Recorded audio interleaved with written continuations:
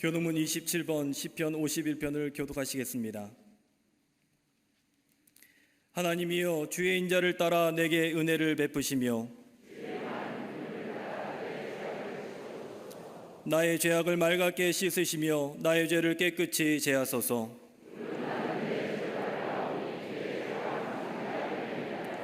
내가 주께만 범죄하여 주의 목전에 악을 행하였사오니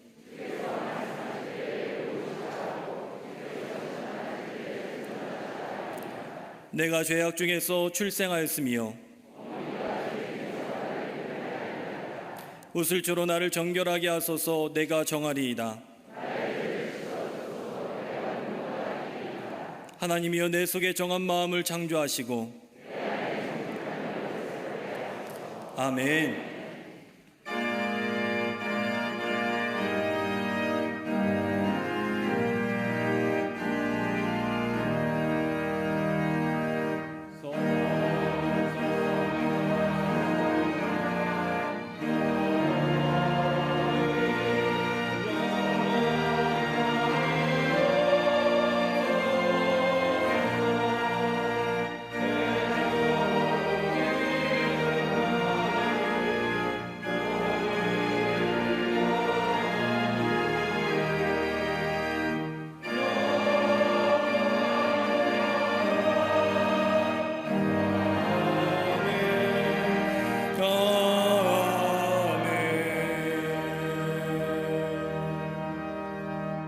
전능하사 천지를 만드신 하나님 아버지를 내가 믿사오며 그 외아들 우리 주 예수 그리스도를 믿사오니 이는 성령으로 잉태하사 동정녀 마리아에게 나시고 본디오 빌라도에게 고난을 받으사 십자가에 못 박혀 죽으시고 장사한 지 사흘 만에 죽은 자 가운데에서 다시 살아나시며 하늘에 오르사 전능하신 하나님 우편에 앉아 계시다가 저리로서 산자와 죽은 자를 심판하러 오시리라. 성령을 믿사오며 거룩한 공예와 성도가 서로 교통하는 것과 죄를 사하여 주시는 것과 몸이 다시 사는 것과 영원히 사는 것을 믿사옵나이다. 아멘.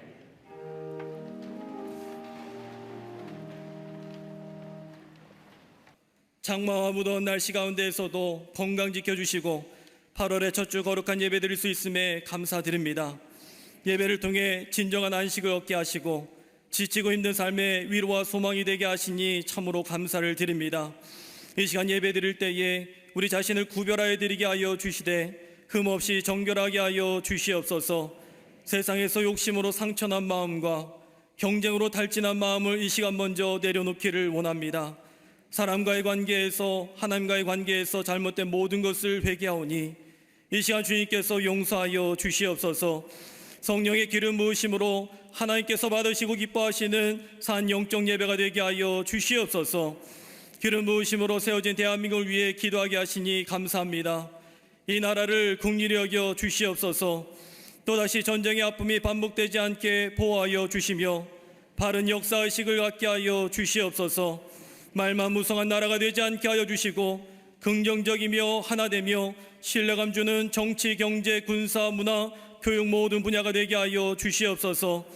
특별히 코로나19로부터 자유로우며 속히 치유의 역사가 일어나게 하여 주시옵소서. 대통령과 위정자들에게 하늘의 지혜를 주셔서 혼란한 적지 속에 다니엘 같은 지혜와 믿음을 주시고 다윗과 같은 신실한 믿음의 사람들이 되게 하여 주시옵소서. 동성애 관련된 법이 세상의 방식이 아닌 하늘의 법칙으로 다스림 받게 하여 주시옵소서. 저 북한 땅을 품고 기도할 때에 핵과 미사일 대신 말씀과 십자가를 붙잡게 하여 주시옵소서. 이데올로기 정권은 사라지며 북한의 지하교회들이 통일을 위해 사용되게 하여 주시옵소서.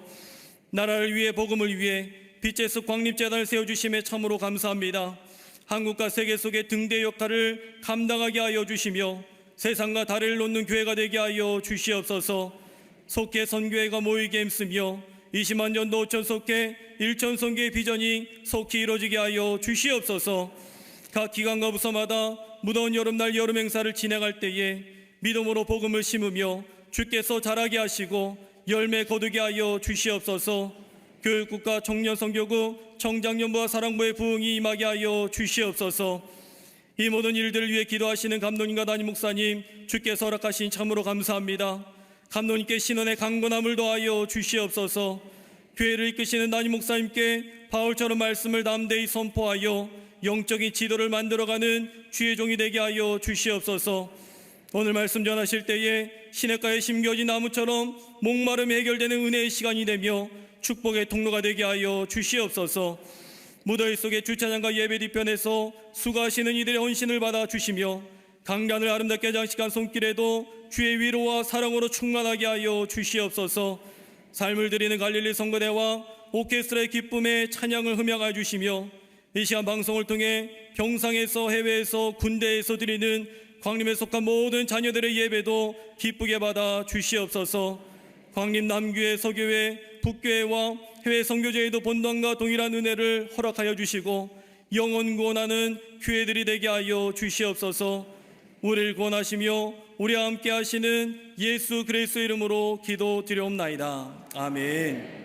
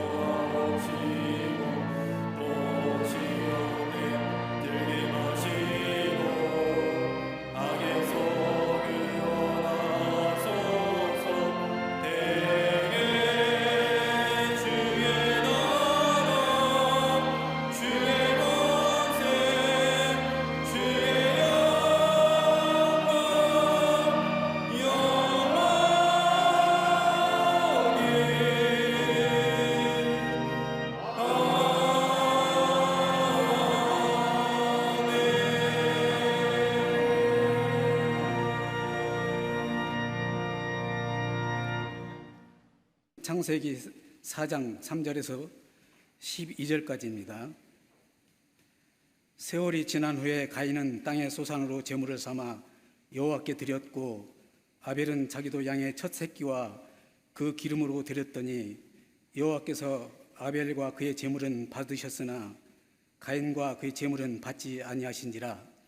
가인이 몹시 분하여 안색이 변하니 여호와께서 가인에게 이르시되 네가 분하여 하면 어찌 됨이며 안색이 변하면 어찌 됨이냐.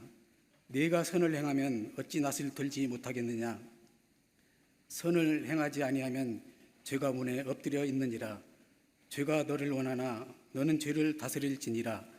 가인이 그의 아우 아벨에게 말하고 그들이 들에 있을 때에 가인이 그의 아우 아벨을 쳐 죽이니라. 여호와께서 가인에게 이르시되 내 아우 아벨이 어디 있느냐. 그가 이르되 내가 알지 못하나이다. 내가 내 아우를 지키는 자이니까. 이르시되 내가 무엇을 하였느냐. 내 아우의 핏소리가 땅에서부터 내게 호소하느니라. 땅이 그 입을 벌려 내 손에서부터 내 아우의 피를 받았은즉 내가 땅에서 저주를 받으리니 내가 밭을 갈아도 땅이 다시는 그 효력을 내게 주지 아니할 것이요 너는 땅에서 피하여 유리하는 자가 되리라. 아멘.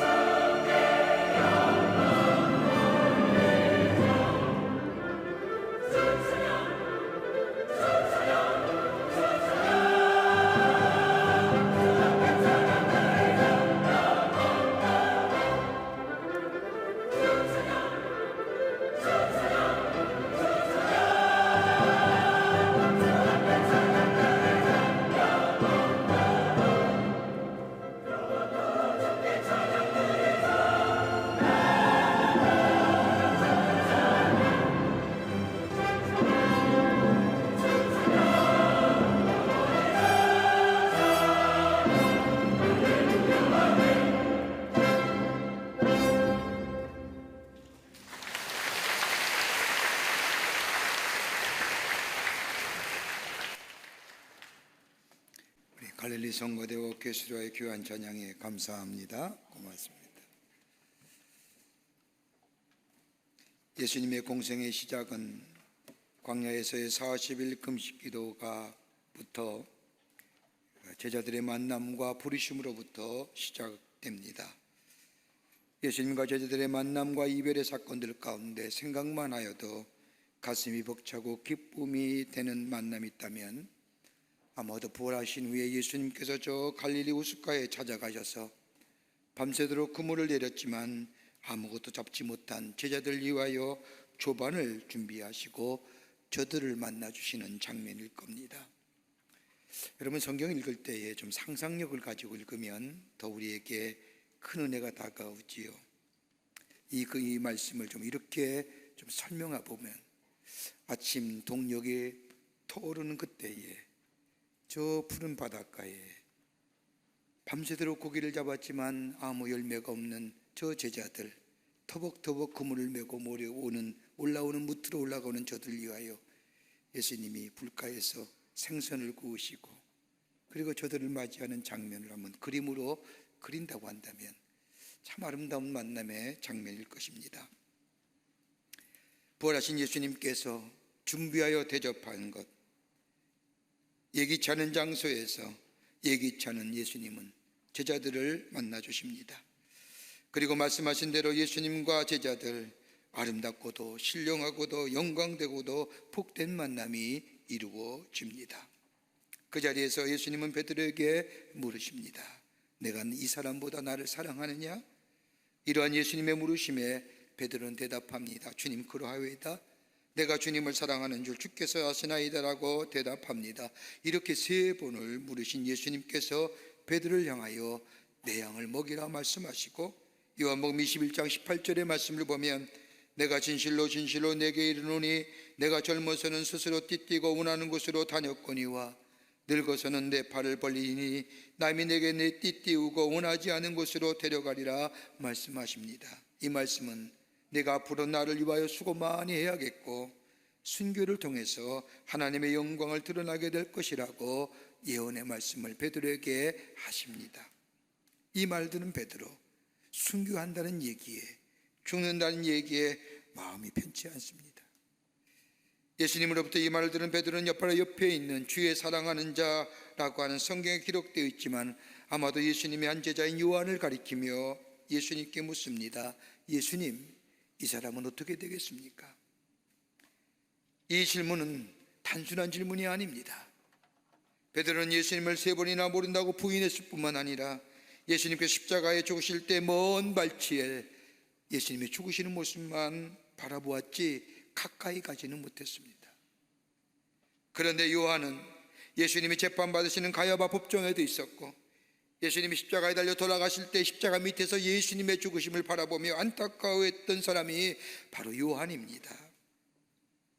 이 묘한 관계 속에서 베드로는 요한을 가리키며 이 사람은 어떻게 되겠습니까? 라고 묻자 예수님은 이 베드로의 물음에 요한복음 21장 22절에 이렇게 말씀하십니다. 예수께서 이르시되 내가 올 때까지 그를 머물게 하고자 할지라도 이것이 내게 무슨 상관이 있느냐? 우리 현대로 한다면 내가 다시 이 땅에 재림할 때까지 내가 이 사람을 이 땅에 머무르게 할지라도 이것이 너와 무슨 상관이 있겠느냐라고 말씀하시며 너는 다른 말 하지 말고 나를 따르라. 다른 사람에 대하여 신경을 끄라. 다른 생각하지 말고 내가 내게 분부한 내 양을 먹이라 말씀하십니다. 여러분, 우리가 삶을 살면서 가장 힘들게 하는 것이 뭘까요? 우리의 삶을 여러 가지 것들을 얘기할 수 있겠지만 우리 가장 기쁜 내면 속에 자리 잡고 있는 경쟁심이라 할 것입니다. 우리 안에 시기와 질투의 미움의 마음도 이 죄악된 모습의 시작도 우리 마음속에 자리 잡고 있는 경쟁심의 발로라고 해도 과언이 아닙니다. 선의의 경쟁도 있지만은 대부분의 선의의 경쟁보다는 다른 사람을 비교하여 내가 못할 때 생겨나는 이 경쟁심이 우리와 하여금 시기와 질투를 만들어내고 다른 사람을 향하여 미움을 만들어내고 우리의 삶을 부정적인 삶으로 살아가게 하는 것을 보게 됩니다. 헨리 나우이라고 하는 영성신학자가 그의 책인 국률이라는 책에서 이렇게 얘기합니다. 인간의 삶의 주된 동기는 경쟁심이다. 경쟁심이 불행의 원인이라고도 하고 행복의 원인이도 얘기합니다. 여러분 어느 때 행복한 삶을 느끼십니까? 행복하다고 느끼십니까? 여러분 가만히 보면 행복하다는 것, 남보다 내가 조금 나은 것 같으면 행복하지 않습니까? 안 그렇습니까? 남의 옷보다 내 옷이 좀 예쁘면 행복하지 않습니까?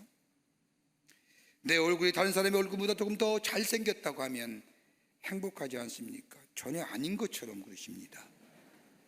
전 행복해요. 다른 사람보다 비교하면 내가 좀 잘생겼다고 하면 나 행복해요. 다른 사람보다 내 머리가 덜 빠진 거 행복해요. 저는요. 현실 받아들일 수 있어야 되죠. 이렇게 본다면 우리의 경쟁심 속에서 행복을 느낀다고 해도 과언이 아닙니다. 또 행복도 그렇지만 불행도 그렇습니다. 괴로움과 불행도 어떻게 보면 다른 사람과 비교하여서 온 것입니다.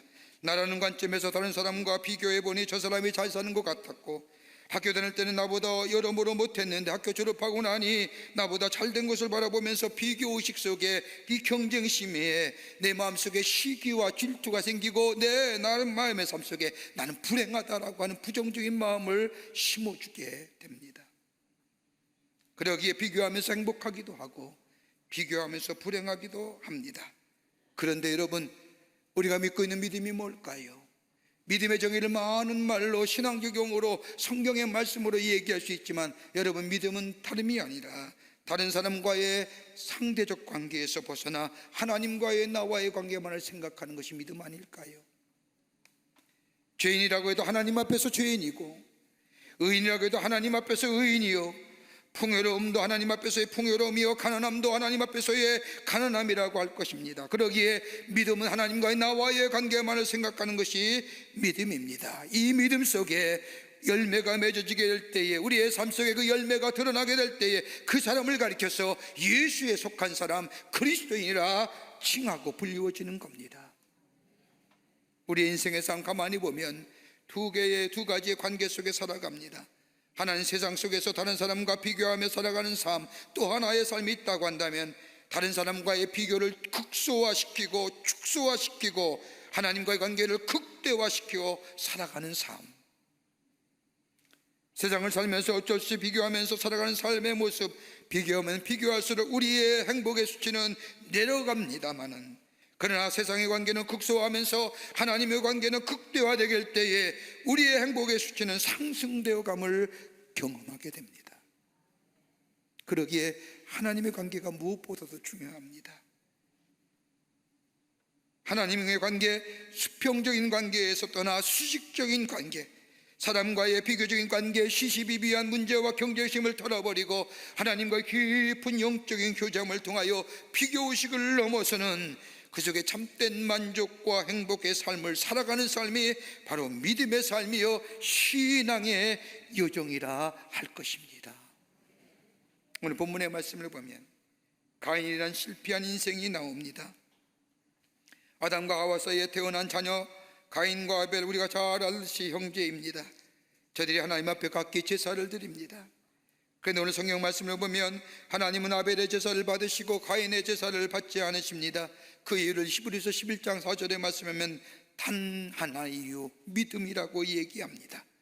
아벨은 믿음으로 하나님께 제사를 드렸고 가인은 믿음 없이 하나님 앞에 제사를 드렸다는 겁니다. 하나님은 이 믿음을 받으셨기에 믿음으로 제사 드렸던 아벨의 제사를 받으시고 믿음이 없는 가인의 제사를 물리치셨습니다. 하나님의 아벨의 제사를 받으신 것을 보고 이 가인은 시기하여 동생을 성경의 표현에 의하면 쳐 죽입니다. 이러한 가인의 모습을 보고 하나님은 가인에게 물으십니다. 내 아우 아벨이 어디 있느냐라고 하니 이 물음에 가인은 내가 알지 못하나이다, 내가 내 아우를 지키는 자이라고 오히려 하나님을 향하여 항변합니다. 이 가인의 대답을 들으신 하나님께서 가인을 향하여 심판하시고 저주를 내리시는 말씀이 오늘 본문의 말씀의 내용입니다. 오늘 우리의 삶, 하나님 주신 축복과 은혜 안에 복된 인생으로 살아가기를 원합니다. 어떻게 하면 가능할까요?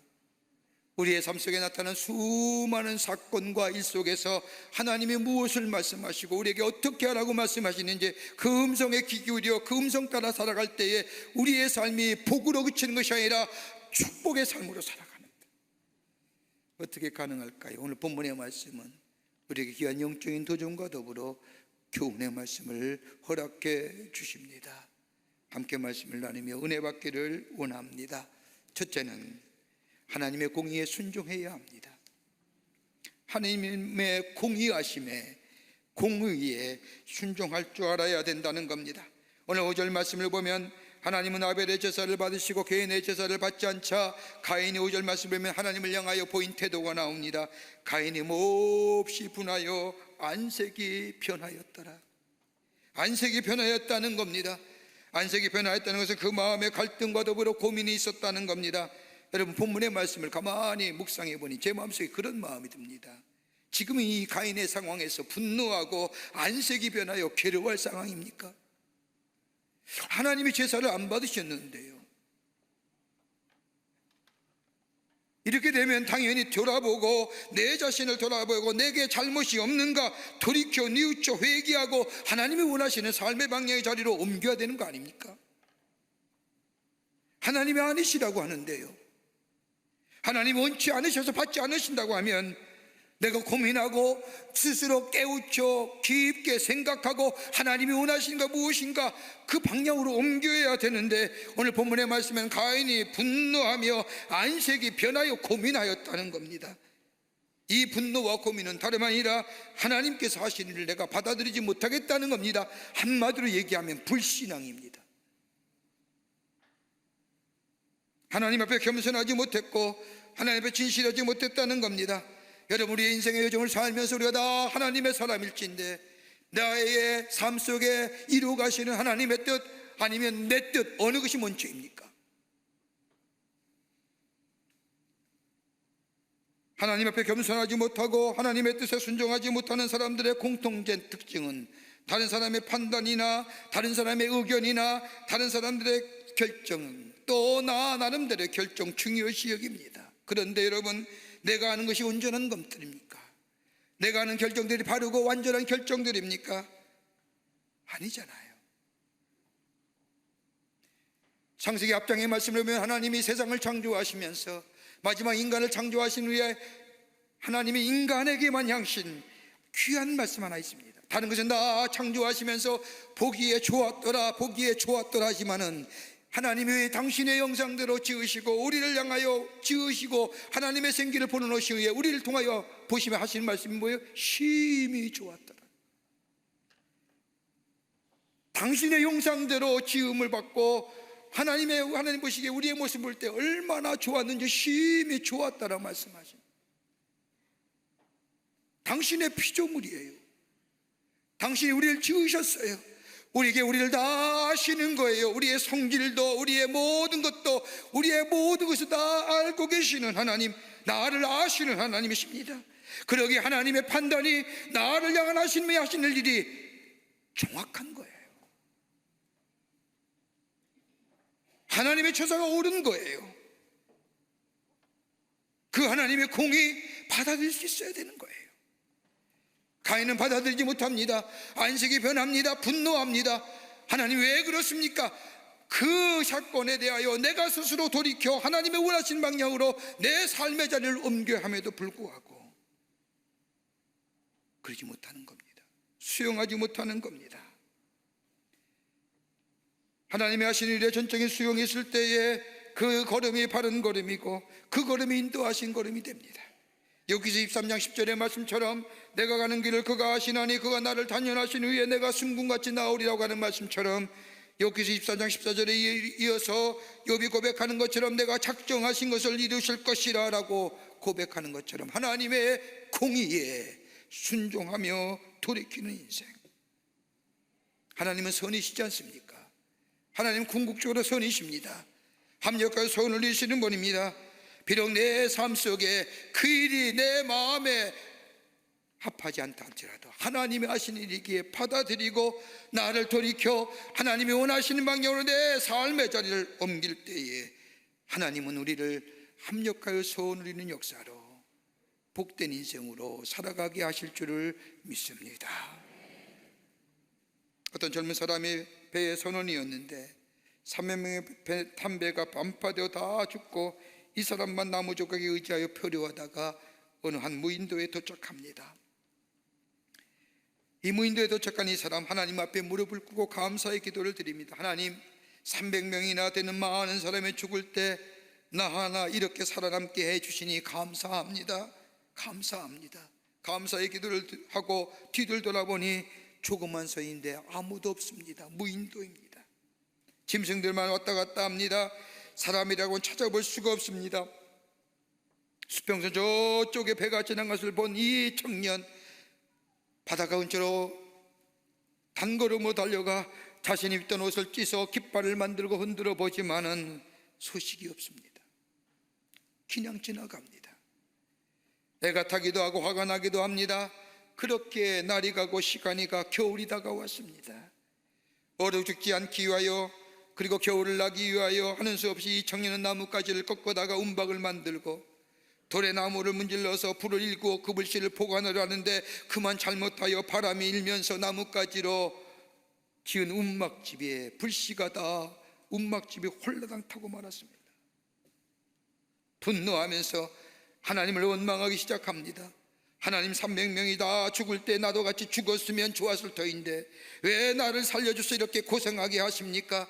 내가 지은 움막집 저 불에 다 타버려가지고 어떻게 겨울을 보낼 수 있습니까? 하나님이 이럴 수 있는 겁니까? 원망과 분노하면서 울부짖다가 그만 잠이 들고 말았습니다. 그때에 붕 하는 백고동 소리가 들립니다. 잠길에 들리는 이 뱃소리에 벌떡 일어나 바닷가로 뛰쳐나가 보니 배가 바닷가가 있는 겁니다. 깜짝 놀라 선장에게 가서 묻습니다. 어떻게 내가 여기 있는 걸 알았습니까? 어떻게 나를 찾으셨습니까? 라고 묻자 선장이 대수롭지 않게 알긴 뭘 알아요? 연기가 나기에 여기 무슨 일인가 있은가 하여 왔지요 라고. 여러분, 우리의 삶의 자리가 덜컹거립니까? 나의 의지와 노력으로 무엇인가 해보려는데 잘 안 됩니까? 우리의 성질, 우리의 형체, 우리의 모든 걸 알고 계신 우리 하나님, 내 자리에 스스로 돌이켜 하나님이 원하시는 것이 무엇이고 하나님이 원하신 것이 무엇이고 다시 한번 돌이켜 깨우쳐 돌이켜 하나님이 원하시는 삶의 방향으로 하나님의 공의에 순종하는 삶의 자리로 우리의 자리가 옮겨질 때에 거기에 복된 인생이요, 복이 회복될 뿐만 아니라 축복의 인생으로 살아가는 하나님의 백성이 되는 줄 믿습니다. 공의에 순종할 줄. 둘째로, 침묵하시는 하나님의 음성을 들을 수 있어야 합니다. 오늘 본문의 말씀을 보면 가인이 하나님 앞에 제사를 드렸습니다. 그런데 하나님께서는 가인의 제사에 응답하지 않으십니다. 가인의 제물을 받아주시지 않으셨다는 겁니다. 여러분, 인간관계에 있어서, 인간에 있어서의 가장 중요한 기능이 있다고 한다면 이 듣는 거예요. 들어야 합니다. 듣는 것처럼 큰 복이 없습니다. 마지막까지 하나님 나라에 가지 마지막까지 남아있는 기능이 듣는 거라고 하지 않습니까? 그래서 마지막 자리에서 꼭 성경을 말씀을 들어주고 찬송을 들어주는 이유가 여기에 있습니다. 여러분, 우리의 믿음도 어디서부터 나는 겁니까? 믿음이 어디서부터 시작이 됩니까? 다름 아닌 하나님의 말씀을 들을 때에 믿음이 생깁니다. 그러기 로마서 10장 7절의 말씀을 보면 믿음은 들음에서 나며 들음은 그리스도의 말씀으로 말미암니라고 하는 말씀처럼 믿음의 자람은 다름이 아니라 하나님의 말씀을 들을 때 믿음이 자라고 성장하며 성숙한 믿음의 소유자가 되는 것처럼 듣는 것만큼 중요한 것은 없습니다. 그런데 들려오는 말들도 잘 들어야지만은, 잘 새겨야지만은 더 중요한 것은 침묵의 소리도 들을 수 있어야 된다. 침묵 속에 담겨있는 소리 들을 수 있어야 됩니다.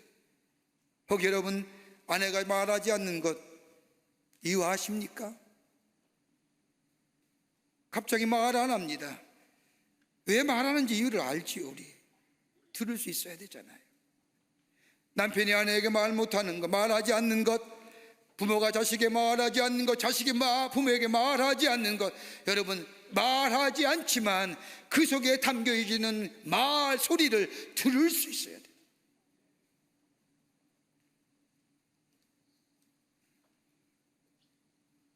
말을 해야 듣는 것은 초보적인 것이지만 말 없는 말을 들을 수 있어야 됩니다. 깊이 들을 수 있어야 합니다. 더 중요한 것은 사건 속에서 말을 들어야 됩니다. 말은 없지만 행동을 보면 무엇을 말하고 싶은지 알 수 있는 것처럼 오늘 하나님이 가인의 제사를 연락하지 아니하시고 받지 않으신 그 이유, 아벨의 제사를 받으셨다는 것은 받으신 것에 대하여 응답이 있었을 겁니다. 히브리서 11장 4절의 말씀을 보면 믿음으로 아벨은 가인보다 더 나은 제사를 하나님께 드림으로 의로운 자라 하시는 증거를 얻었으니, 하나님은 아벨의 제사를 받으시고 그래 의로운 자야 증거를 주셨는데 가인에게는 없었다는 겁니다. 가인의 제사를 받으신 이유, 믿음으로 드리지 않았기 때문입니다. 그 믿음으로 드리지 않는 이 가인의 제사에 하나님은 침묵하신 거예요. 말하지 않으신 거예요. 그러면 가인은 왜 하나님이 내 제사를 받지 않으신 이유가 뭘까? 그 이유가 어디에 있을까? 생각했어야 되는데 오늘 본문의 말씀을 보면 아벨의 제사만 받으신 하나님, 그 아벨에 대하여 질투하는 거예요. 시기하는 거예요. 그리고 경쟁심의 발로 나타난 시기와 질투를 가지고 아벨을 쳐 죽여버립니다. 문제의 원인은 하나님께 있는 것도 아닙니다. 아벨에게 있는 것도 아닙니다. 문제의 원인은 다른 사람에게 있는 것이 아니라 나에게 있습니다. 하나님께서 자신의 제사를 받지 않은 것은 아벨의 탓이 아니라 가인의 자신의 문제인 것을 가인은 알지 못했다는 겁니다. 여러분 가만히 보면 내 실패가 다른 사람의 성공 때문인 것처럼, 다른 사람이 성공한 것이 내가 실패하여 된 것처럼 생각하는 사람이 있습니다. 이거 철저한 피해의식자입니다. 여러분, 다른 사람의 성공과 나의 실패는 관계가 없어요. 절대로. 실패는 다른 사람이 성공해서가 아니라, 다른 사람이 성공해서 내가 잘 돼야 할 자리가 빼앗겨서가 아니라, 실패의 원인은 내게 있는 거예요. 나를 돌아볼 줄 알아야 됩니다. 본문의 말씀을 보세요. 가인의 제사에 응답하지 아니하시고 침묵하신 하나님, 그 침묵의 뜻이 뭘까요? 스스로 생각하고 무엇이 잘못되는가 원인을 생각하여 보라는 겁니다. 우리의 기도도 마찬가지 아닙니까? 우리가 그토록 우리의 마음에 깊은 소원과 바람을 가지고 하나님 앞에 기도합니다. 예수님이 말씀하신 것처럼 내 이름으로 무엇인지 구하라, 그러면 내가 응답하리라고 하는 주의 말씀처럼 예수의 이름을 불러가며 간절히 간구하고 응답했는데 내게 응답이 없다고, 하나님이 날 미워하신다고 불신앙의 자세는 안 된다는 겁니다. 왜요? 나를 돌아보라는 거예요. 내 기도가 하나님의 뜻이 맞는 기도인지, 하나님이 원하시는 기도인지. 가인은 하나님 앞에서 자신의 진실을 묻지 않고 엉뚱하게 아벨을 생각합니다. 저 아벨 때문에 하나님께서 나의 제사를 받지 않으신다고 생각하여 그 책임을 아벨에게 전가하며 죽여버린 거예요. 예수님께서 십자가에 달려 가시기 전에 가야바 뜰에서 재판을 받으십니다. 성경 말씀을 보면 예수님의 십자가에 못 박은 사람은 가야바입니다. 가야바는 원흉입니다. 그런데 가야바가 예수님의 십자가에 못 박아 죽인 이유가 뭔지 아십니까? 그 시에 시대적이고 정치적이고 정치공학적이고 이런 거 아닙니다. 가야바 마음속에 깊은 마음속에 자리 잡고 있는 경쟁심입니다. 그것에 대한 질투예요. 이 질투심 때문에 예수님을 십자가에 못 박아 죽여버린 겁니다. 이 마음이 우리 안에 다스려져야 됩니다. 어떻게 해요? 하나님의 은혜가 내 안에 차고 넘쳐야 됩니다. 은혜는 생각하는 겁니다. 내게 베푸신 은혜를 깊게 생각하며 생각하게 될 때에 내 안에 감사가 넘쳐나는 겁니다. 감격이 넘쳐나는 겁니다. 저 빌립보 감옥에 갇혔던 바울과 실라처럼 그 착구가 채워지고 매를 맞은 상황에서 저들이 기도하며 찬송할 수 있는 삶이 아니라 하나님이 내게 베푸신 은혜를 생각할 때에, 은혜는 생각되어질 때에 우리 입에서 감사와 찬송의 고백이 터져나올 때에 기적의 역사가 일어나는 겁니다. 다른 사람과의 비교 속에, 경쟁의식 속에 내 마음의 시기와 질투를 잠재울 수 있게 뭐냐? 다름이 아니라 하나님의 은혜를 생각하는 겁니다. 은혜를 생각하면 내 자리에 돌이켜 그 은혜의 자리에 다시 한번 나아가게 될 때에 질투 대신 미움 대신에 하나님 은혜에 감사하는 자 되고 감격하는 자 되고, 이런 자에게 새로운 미래가 열려지는 복된 인생 넘어서서 축복의 삶을 살아가는 하나님 나라의 백성이 되는 줄 믿습니다.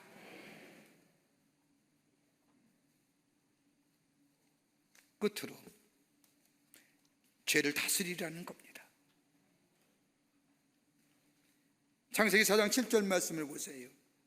내가 선을 행하면 어찌 낯을 들지 못하겠느냐? 선을 행하지 아니하면 죄가 문에 엎드려져 있느니라. 죄가 너를 원하나 너는 죄를 다스릴지니라. 죄가 너를 원하나 너는 죄를 다스릴지라고 말씀합니다. 여러분, 어떻게 우리 안에 일어나는 죄된 요소들을 다스릴 수 있습니까? 죄의 강력한 유혹 앞에 우리가 어떻게 이길 수 있습니까? 여러분, 예배서 4장 26절의 말씀을 보면 우리가 삶을 살면서 분노할 수도 있습니다. 화를 낼 수도 있습니다. 그런데 성경 우리에게 가르쳐주는 교훈의 말씀은 뭐냐? 너희가 화가 나고 너희가 분노가 있다 할지라도 그 화와 분노가 해가 지도록 품지 말라는 겁니다. 다음 날까지 가져가지 말라는 겁니다. 그날 화냈던 것, 그날 분노했던 것, 그날로 끝내버리라는 겁니다. 오래 가지고 가지 말라는 겁니다. 그 이유는 다름이 아니라 오래 가지고 있으면 가지고 있는 동안 그것이 우리를 격동케 한다는 거예요. 여러분, 야고보서 1장 5절 말씀을 보십시오. 우리가 잘 아는 말씀처럼 욕심이 잉태한 즉 죄를 낳고 죄가 장성한 즉 사망을 낳느니라. 욕심이 뭘 낳아요? 사망이요. 죄가 뭐예요? 자란다는 거예요. 죄가 점점 자라 나도 모르는 사이에 죄가 나를 지배하고 나를 이끌어간다는 거예요. 이런 기회 주지 말라는 겁니다. 죄의 수학이라는 공식이 있습니다. 들어보셨는지요?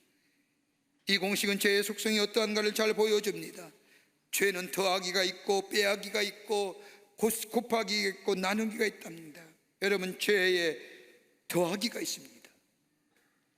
회개하지만 돌이키지 않으면 죄는 점점점 커진다는 겁니다. 거짓말하고 회개하지 않으면 거짓이 아니라고 하기 위해서 또 다른 거짓말을 하게 되고 더 큰 거짓말을 하게 된다는 겁니다. 이런 식으로 죄는 더 커져가면 간다는 거예요.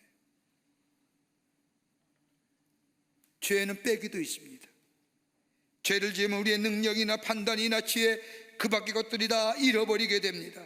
여러분, 가만 보십시오. 죄 지으면 우리 마음에 평안이 있습니까? 평안을 앗아가 버리잖아요. 우리 마음에 기쁨이 있습니까? 죄 지으면 기쁨을 앗아가 버립니다. 죄 지으면 우리도 모르는 사이에 내 안에 있는 것들이, 긍정의 요소들이 빼앗겨져 버린다는 거예요. 빠져나간다는 거예요. 그러기에 죄는 빼깁니다. 그런가 하면 죄에게는 곱하기가 있습니다. 죄가 곱하기로 작용하면 아픔이 있고 고통이 있고 인간관계가 무너지면 내 육체와 내 영혼이 병드는 겁니다. 그리고 죄에는 나누기가 있습니다. 죄는 다른 사람과의 관계를 나눕니다. 결별시킵니다. 가족이 나누어지고요, 이웃이 나누어지고요.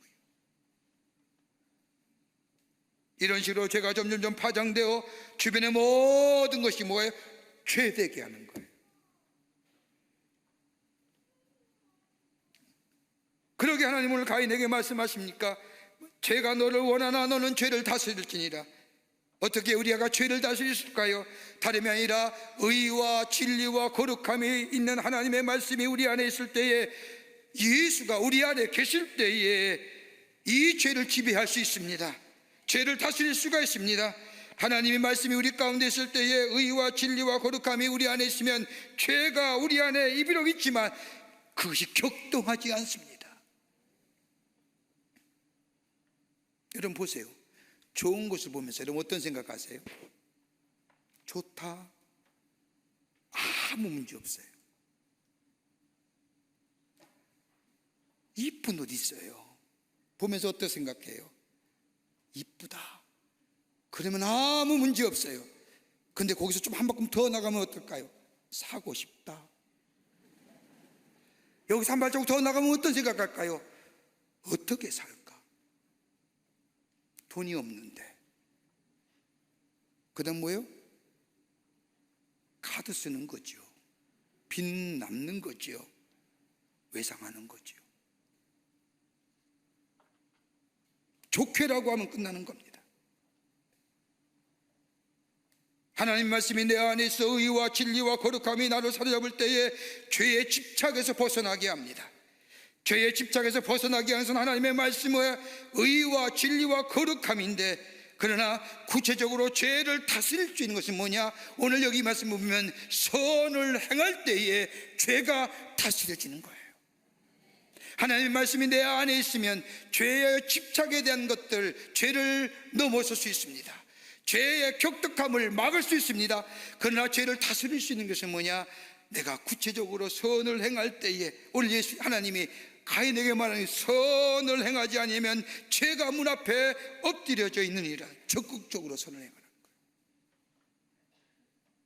나의 도움을 필요로 하는 사람들에게 땀 흘려 수고하며 수고하여 얻은 것을 가지고 다른 사람을 도우며, 이것이 적극적으로 선을 행하는 거예요. 여러분, 오병이 얘기적 잘 아실 겁니다. 예수님 말씀에 귀를 기울여 있던 어린아이, 점심시간이 되자 먹을 것이 없습니다. 그때 어린아이가 보리떡 5개와 물고기 2마리를 예수님께 드리고, 예수님이 그것을 가지고 하늘으로 축사하시며 나누어 줍니다. 하나님이 축사하셨다는 게 뭘까요? 감사기도 하셨다는 겁니다. 원문을 보면 유카리스 테이사스라고 얘기하는 감사하셨다는 겁니다. 감사의 고백한 거예요. 하나님의 은혜에 감사하며 하나님의 말씀 안에 감사하며 나누죠. 적극적으로 선을 행하게 됩니다.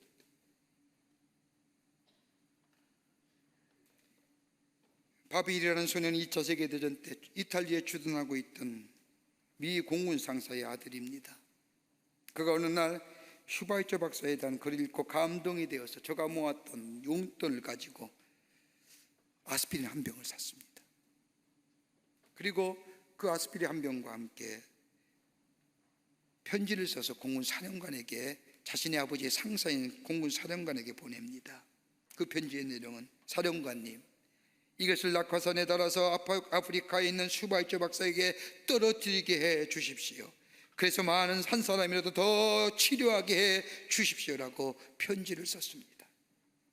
이 일이 방송을 통하여 많은 사람에게 알려지게 되자 많은 사람이 너도 나도 돈을 보내어 많은 돈이 모금되어 많은 양의 의약품을 저 아프리카에서 수고하는 슈바이처 박사에게 보낼 수가 있었다는 겁니다. 적극적으로 선명하는 거예요. 하나님의 말씀, 의와 진리와 거룩함이 내 안에 있으면 죄를 이길 수 있어요. 죄에 집착하지 않아요. 그런데 죄를 다스릴 수 있는 것이 뭐냐? 적극적으로 선을 행하는 거예요. 하나님의 나라에 하나님의 사랑을 전하는 거예요. 이럴 때에 죄가 다스려지는 거예요. 사랑하는 성도 여러분, 우리의 삶이 휘청거리고 어렵다 할지라도, 때는 곤고함이, 때는 무기력함이 찾아온지라도 하나님의 공의하심에 순종하는 삶, 그리고 하나님이 침묵하실 때 왜 침묵하시는지 그 침묵의 소리를 들을 줄 아는 영적인 귀가 띄어지는 인생, 그리고 죄를 다스리면 죄에 집착하는 것을 넘어서서 적극적으로 선을 행하며 죄를 다스릴 줄 아는 인생이 될 때에 우리의 삶은 복된 인생을 넘어서서 하나님의 축복을 누리며 전하며 증거하는 하나님 나라의 백성의 삶을 살아가게 될 줄 믿습니다. 이런 믿음의 여정을 걸어가시는 여러분과 저와 되시기를 주의 이름으로 축원합니다. 하나님 감사합니다. 저희를 주께서 사랑하시고 하나님의 자녀 삼으심에 감사합니다. 하나님, 우리의 삶 지키시고 인도해 주시며 가인처럼 어리석은 삶의 걸음을 걷지 않도록 도와주시며 하나님의 공의에 순종하며 하나님이 침묵하실 때 하나님의 그 침묵 속에 담겨져 있는 소리를 들을 수 있는 영의 귀가 띄어지게 하여 주시며 죄를 다스리는 자 되어 하나님의 축복을 누리며 사는 회복의 역사를 경험하며 증거하는 저희들이 되게 도와 주시옵소서. 성령이 도우실 줄 믿으며 예수님의 이름으로 기도하옵나이다. 아멘.